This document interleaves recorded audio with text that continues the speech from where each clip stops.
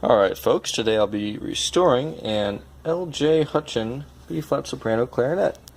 The LJ Hutchen is a Chinese-made plastic student clarinet, which is actually one of the best Chinese plastic student clarinets ever.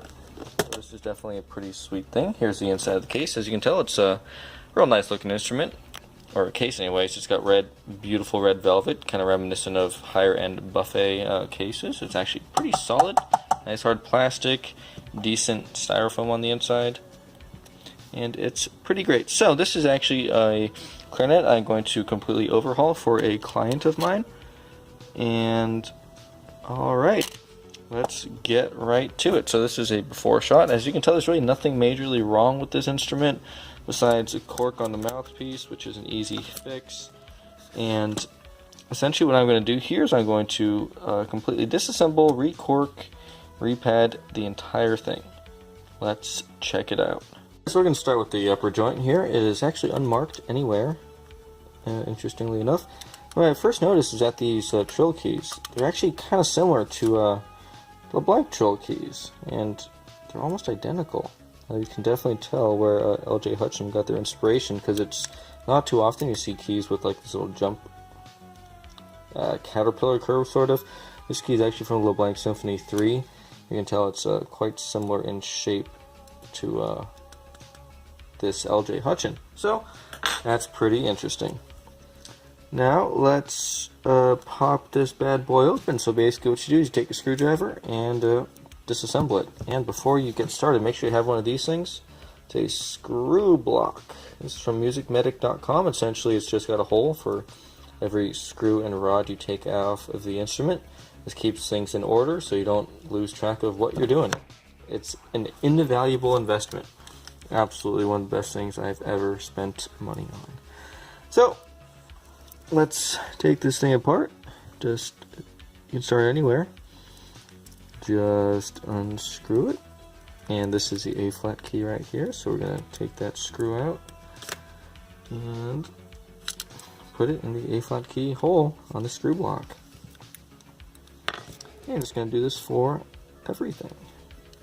Alright, so we've taken off all the keys off the upper joint, and one thing I'm extremely impressed with and surprised is that the tone holes actually appear to be molded in.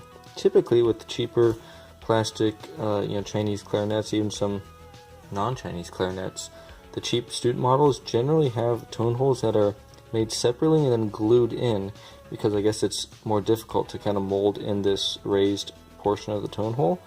But it sure doesn't look like these are glued in. I'm pretty sure these things are actually molded in, so that's crazy. I've almost never seen that happen on a cheap student clarinet. Now here's a lower joint. It's your typical lower joint, although it does have a cool feature, this very, very interesting thumb rest. Never seen anything like it. You adjust it, but how the heck do you adjust it? You don't. What? Okay, that thing up here is for a neck strap. That ring, and I believe you adjust it by actually going at this screw here.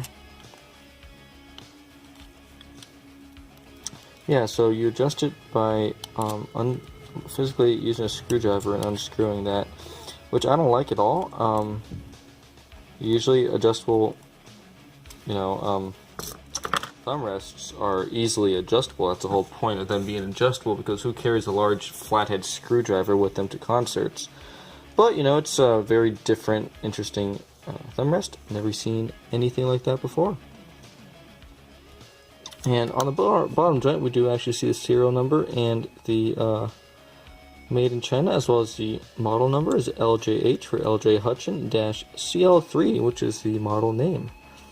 The serial number is 5 Echo 52519, and it is made in China. Very prominently so. Usually they'll try to hide that made in China and just not put it on at all, but they're honest about it, which is nice, because this is a good quality instrument, and it's great to see the Chinese taking credit for good work like this. So kudos to you, China. I'm going to take this thing apart, and we'll jump cut right through that. Alright, so you've gotten everything off of your instrument clarinet. All the keys are off, so now this is actually really nice and clean, so there's not much to do. You just kind of take a little, whatchamacallit, sock or rag. Excuse me. Take on these and just kind of wipe off whatever stuff is on there. A little bit of cork grease, kind of trapped over here. Just kind of scrape that off, because cork grease is a technician's worst nightmare.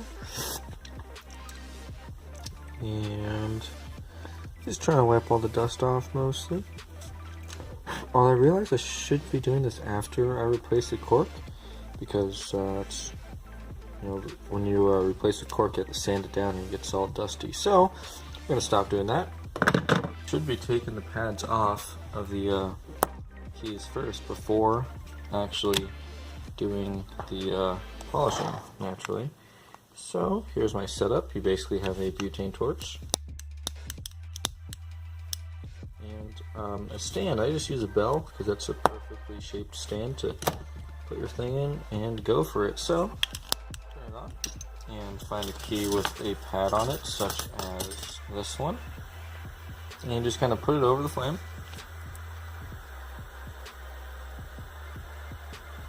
And after the adhesive melts, you just kind of pop it off with a screwdriver, and voila, you have just removed the pad.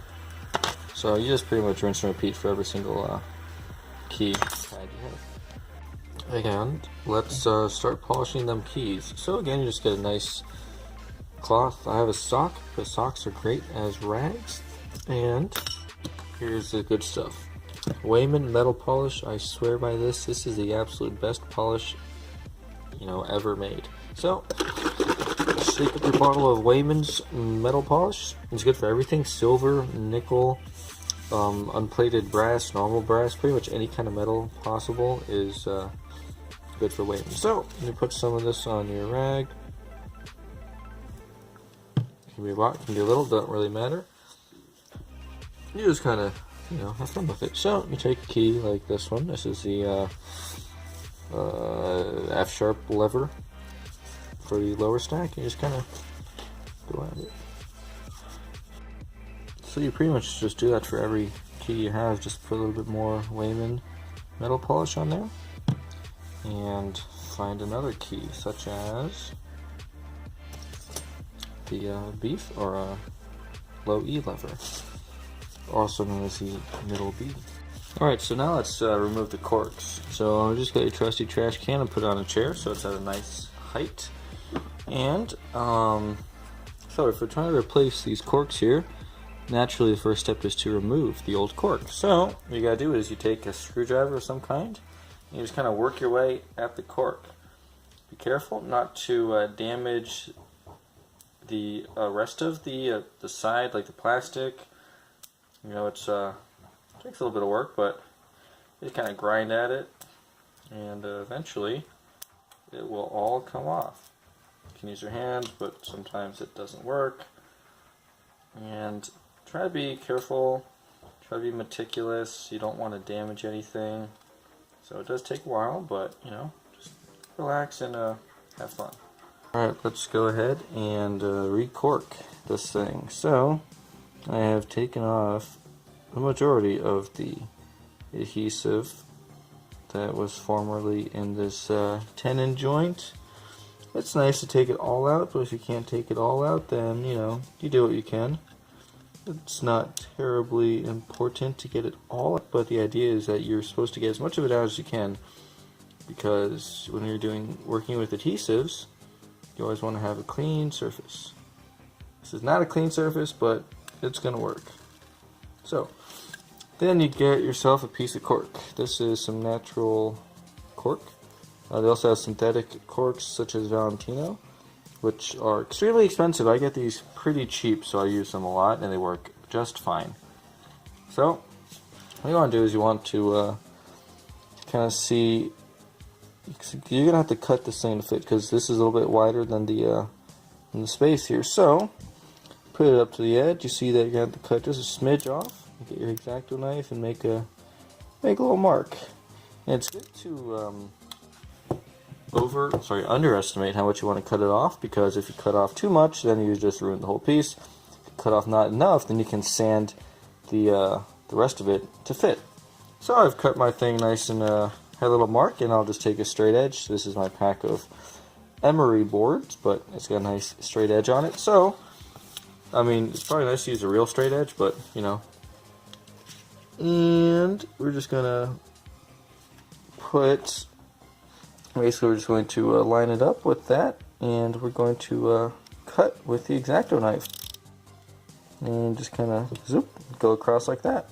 So once you've cut it, then you see if it fits.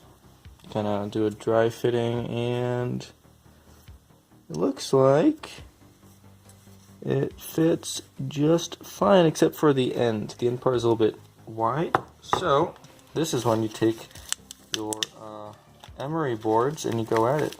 So I use emery boards because they are convenient. I used to use sandpaper, but it's kind of a struggle to get a, this has a solid surface to hold on to, so it's great. So this end was a little bit too wide, so we just take our thing and just kind of sand it right down. And emery boards are great because they're nice and flat, and you get a nice flat result. Instead of sandpaper, it could go any which way. Once you have sanded your thing down, dry fit it once again, and you see that it is perfect all the way through. So now you're going to actually have to install the cork itself. What you do is you get a bottle of contact cement or your favorite adhesive. I love contact cement because it's easy to work with, which is the most important thing here. Now, so basically what you got to do is you have to put cement both on the plastic tenon itself as well as the cork. So it's pretty self-explanatory. You just put it on there. So you put a bunch of stuff on there, and then don't worry, this stuff takes a while to cure, so you can there's plenty of time to work with it.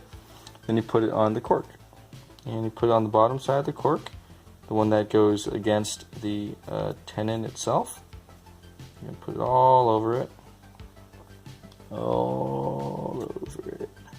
And then the important part is, you see here, it's called we have a beveled edge on the cork, which means that it is, as you can see, it's thinner right there, which is great because you have to wrap this cork around itself to, around the tenon. So you want to put a little bit of cement on the beveled edge itself as well, because when contact cement starts to dry, it will bond to itself instantly. So when you actually do put it on, you pretty much got one shot to make it work, but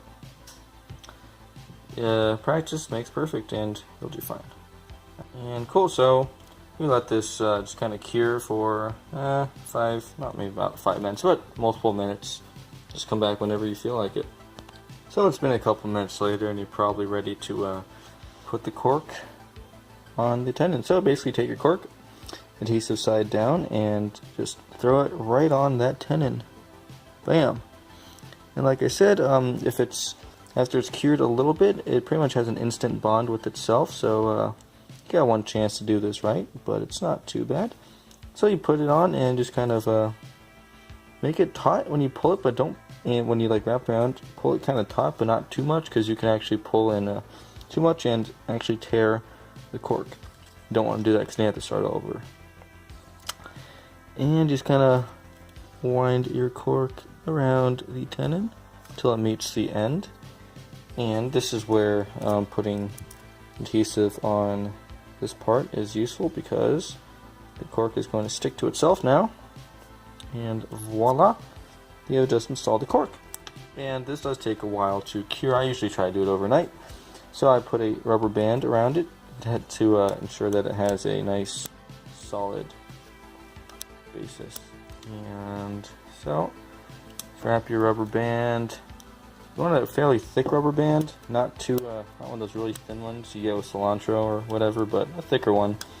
And you kind of wrap it all around and just let it sit. And that is how you install a cork. Nice and simple. Alright, so now we have let the contact cement in the tenon cork cure for quite a while. and it's time to basically sand it down, because right now it's way too thick to be able to fit. So you have to sand it down to a reasonable thickness, and you can put your clarinet together. So all you gotta do is take your emery board, take your thing, and just kind of go at it like so. Just sand it down. Keep in mind this does take forever, so hope you have some good music to listen to. Alright, so now it's time to put the keys on and put some pads on. So I use contact cement because it's the absolute easiest thing to work with when repadding. So what you gotta do is you take your key, in this case it's a register key, and what you gotta do is just put a little dab. So a little dab will do ya. Put a little bit of contact cement right into the pad cup, like so. Just put a little bit in there. Boom, and then you got some of that in there, and then you put your take your pad.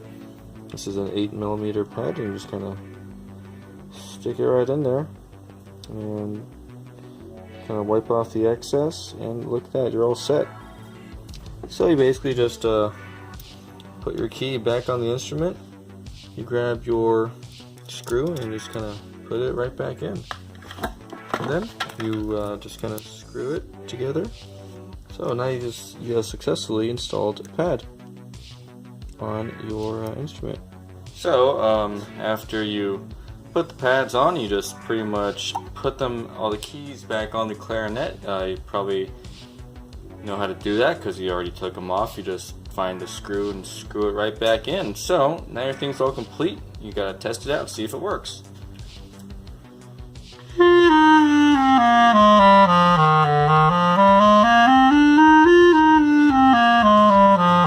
So look at that, it works just fine.